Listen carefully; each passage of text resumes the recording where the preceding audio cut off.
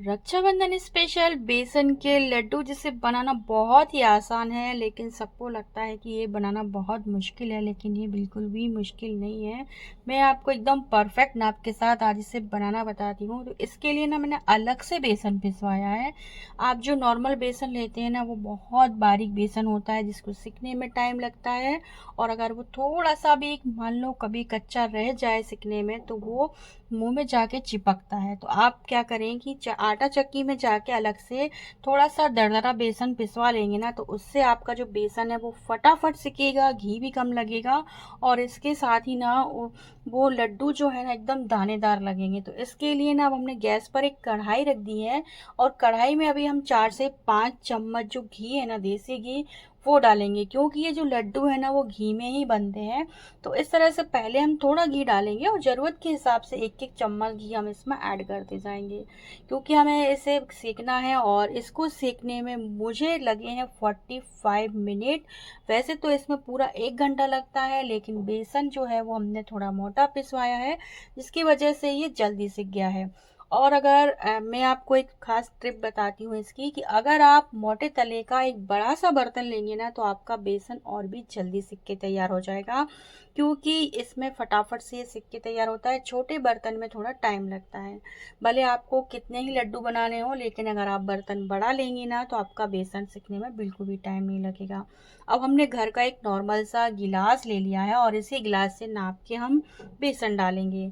तो पहले हमने बूरा लिया है। बूरा आप मार्केट से भी ले सकते हैं, ये हमने पहले से बना के रखा हुआ था, तो हमने बूरा खांड ले लिया है। तो इस तरह से अभी हमने ना अ, 4 गिलास मेरे पास ना बूरा है। तो 4 गिलास बूरे के हिसाब से आपको लड्डू बनाना है। अगर आपको बहुत ज़्यादा मीठा पसंद है, तो आप शक्कर का बूरा ज़्यादा लें, बेसन कम लें। अब यहाँ पे हमने ना 3 गिलास जो भर के है ना वो बेसन ऐड कर दिया है इसमें, क्योंकि मेरे पास जो शक्कर है ना वो भी 3 गिलास ही है, मतलब बूरा। तो मैं बराबर नाप के साथ इसे बना रही हूँ, क्योंकि बराबर नाप से भी वैसे ये मीठे ही होते हैं। बहुत ज़्यादा मीठे अगर आप करेंगे ना, तो बेसन का टेस्ट ही नहीं आएगा, ऐसा लगेगा कि आप शक्कर खा रहे हैं। तो इसलिए मैं हमेशा बराबर ही लेती हूँ। तो इस तरह से मैंने बराबर लिया है शक्कर और बेसन। लेकिन बहुत से लोग इसे 1.5 गुना लेते हैं, जैसे कि बेसन का 1.5 गुना शक्कर लेते हैं। लेकिन अब ये आपकी चॉइस के ऊपर है कि आपको कितना मीठा खाना है। अब यहाँ पे ना एक एक चम्मच करके घी हम इसमें और डालेंगे, क्योंकि अभी इसको सेकने में हमें दिक्कत होगी। तो जब तक इस तरह से आपका बेसन घी में डूब नहीं जाता है ना, तो बस इतना घी आपको डालना है। और इसके बाद अभी आप देख रहे होंगे कि ये कितना ज़्यादा थिक है, मतलब इसको अभी आपको सेकने में भी ना थोड़ी दिक्कत जाएगी। लेकिन जैसे जैसे धीरे धीरे टाइम होता जाएगा ना सीखने का, वैसे वैसे आप देखेंगे कि यही जो बेसन है ना वो इतना घी छोड़ने लगेगा ना, कि आप इसे बहुत आसानी से सेक सकेंगे। अभी थोड़ी सी 10 मिनट के लिए आपको इसे थोड़ा इस तरह से लगेगा। और अब हम क्या करेंगे कि इसमें ना 1-2 चम्मच घी और ऐड कर देते हैं। इससे क्या होगा कि आपको बेसन सेकना ना बहुत आसान हो जाएगा। अभी आप इसमें चम्मच लगाएंगे, बेसन आपको बाहरी ही लगेगा। जैसे ही 15 मिनट सेकते सेकते हो जाएंगे ना, तो इसके बाद ये बहुत हल्का हो जाएगा, मतलब बच्चे भी इसको चम्मच से सेक सकें, इतना हल्का हो जाएगा।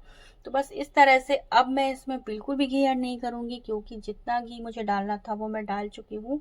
और अब बस हमें इसको सेकना है। मैंने इसका सेकना होता है, अगर बेसन प्रॉपर तरीके से सिका होगा तो फिर आपके लड्डू भी बहुत ही टेस्टी बनेंगे। और इसे आपको मीडियम फ्लेम पर ही सेकना है, हाई फ्लेम पर बेसन सेक के नहीं रख देना है, वरना आपके लड्डू जो है वो बाहर से तो लगेंगे कि पके हुए हैं, लेकिन जब आप उसे खाएंगे तो वो कच्चे लगेंगे। तो ऐसा बिल्कुल भी नहीं करना है, मीडियम फ्लेम पर आप इसे चलाते हुए सेक लें।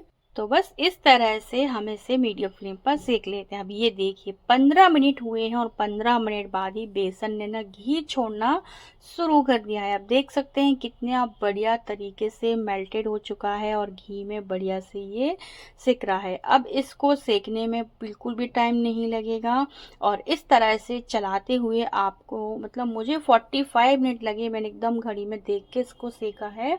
तो इस तरह से आपको मीडियम फ्लेम पर बेसन को सेक के तैयार कर लेना है। जब बेसन अच्छी तरह से सिक जाएगा तो इसमें थोड़ा सा कलर लाने के लिए ना हमने पानी में हल्दी को घोल के रख दिया था। तो बस इस तरह से थोड़ा थोड़ा करके इसको चारों तरफ फैला देंगे, इसको मिक्स कर देंगे। वैसे इस तरह पानी डालने से भी बेसन में ना बहुत ही बढ़िया दाना उगता है।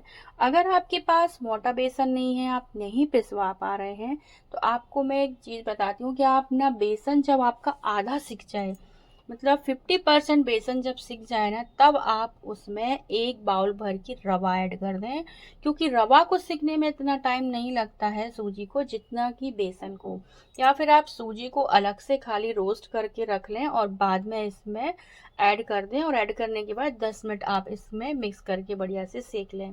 अब यहाँ पे हमारा बेसन तो सिक चुका है, बढ़िया से कलर आ चुका है इसमें, गैस का फ्लेम हमने ऑफ कर दिया है और अब इसको ना हमने ठंडा कर लिया है। अभी आप देख सकते हैं कितना हल्का और कितना बढ़िया कलर आया है बेसन का। पूरे घर में ना बेसन की खुशबू आ रही है, मतलब बाहर भी खुशबू जा रही है, बेसन कितना बढ़िया सिक चुका है।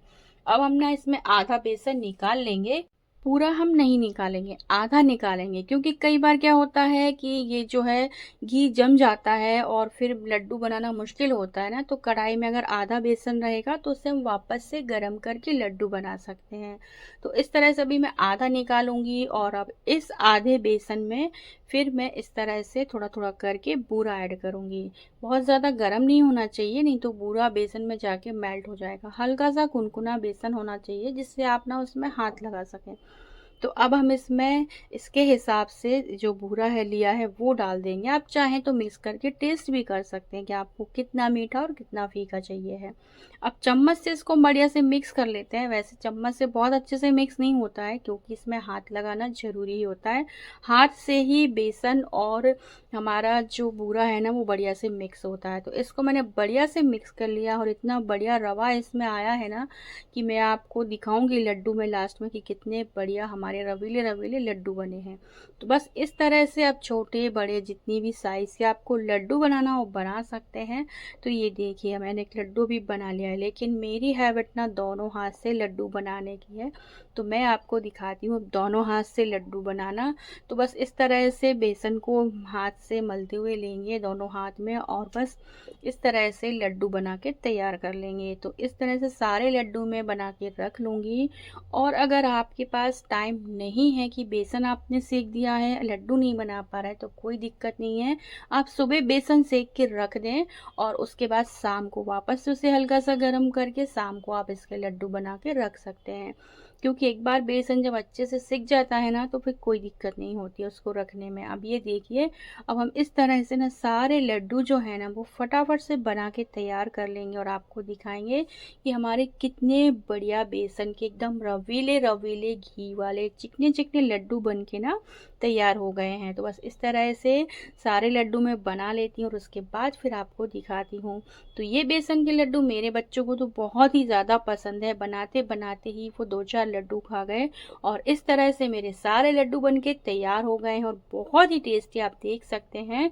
तो बस अब हमने इस तरह से लड्डू बना के तैयार कर लिए हैं और इनको अब मैं एक डब्बे में बंद करके रखूँगी। तो अगर आपको मेरी रेसिपी पसंद आती है तो प्लीज़ मेरे चैनल को लाइक करें, सब्सक्राइब करें और अपने कमेंट हमारे कमेंट बॉक्स में लिखें। और इसके साथ ही नेक्स्ट वीडियो में मिलेंगे, तब तक के लिए bye bye and take care.